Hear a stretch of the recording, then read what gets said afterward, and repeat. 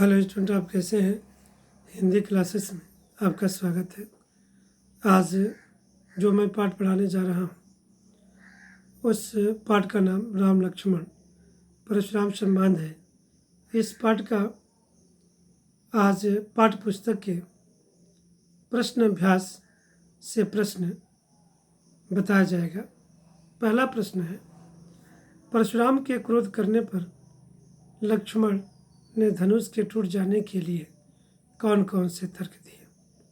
उत्तर है, परशुराम के क्रोध करने पर लक्ष्मण ने निम्नलिखित तर्क दिए। पहला, बचपन में हमने कितने ही धनुष तोड़े, परंतु आपने उस पर कभी क्रोध नहीं किया। इस विशेष धनुष पर आपकी क्या ममता है? दूसरा, हमारी नज़र में तो सब धनुष एक समान है, फिर इस धनुष पर इतना ममता क्यों है? तीसरा, इस पुराने धनुष को तोड़ने में हमें क्या मिलता था? चौथा, राम ने तो इस धनुष को छुआ ही था कि वह अपने आप टूट गया। इसमें राम का कोई दोष नहीं है। दूसरा प्रश्न है, परशुराम के क्रोध करने पर राम और लक्ष्मण की जो प्रतिक्रियाएं हुई, उनके आधार पर दोनों के स्वभाव की विशेषताएं अपने शब्दों में लिखिए। तो राम और लक्ष्मण के स्वभाव की विशेषता लिखना है। राम स्वभाव से कोमल और विनयी है। उनके मन में बड़ों के प्रति श्रद्धा और आदर है। वे गुरुजनों के सामने झुकना अपना धर्म समझते हैं।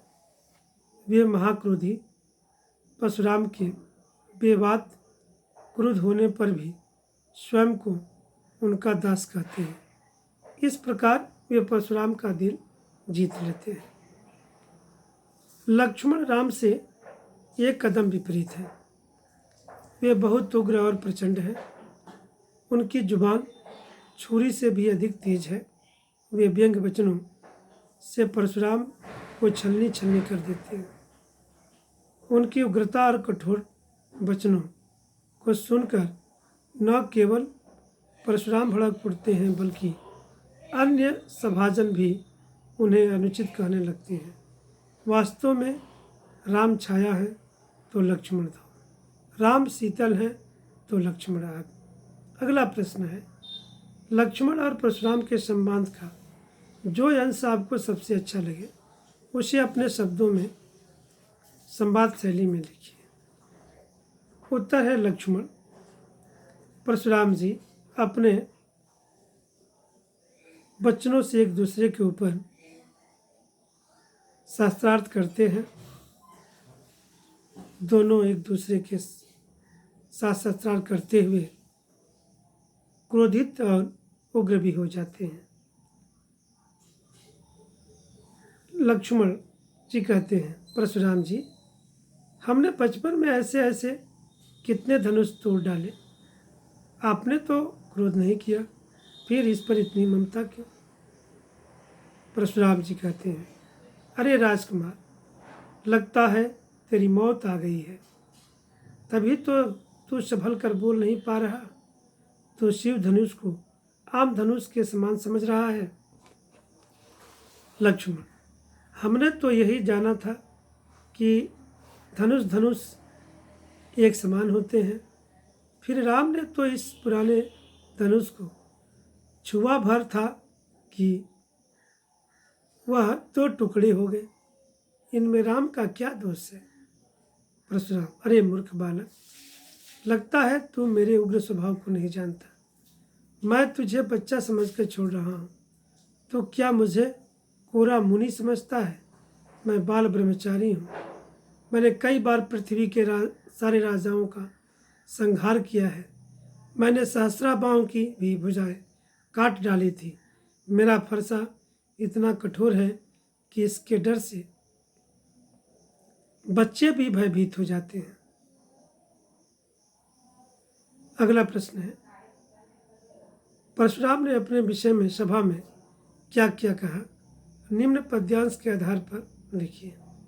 पद्यांश है, बाल ब्रह्मचारी यति को ही विश्व विदित क्षत्रिय कुलद्रोही, भुजबल भूमि भूप विनकिनी, विपुल बार महिदेव ने दिन्नी, सस बाम भुज छेद निहारा, परस बिलोक महीप कुमार, मात पिते जन सोच बस करस महीस किशोर, गर्भन किया भरक तलन परस मूर्ति घोर।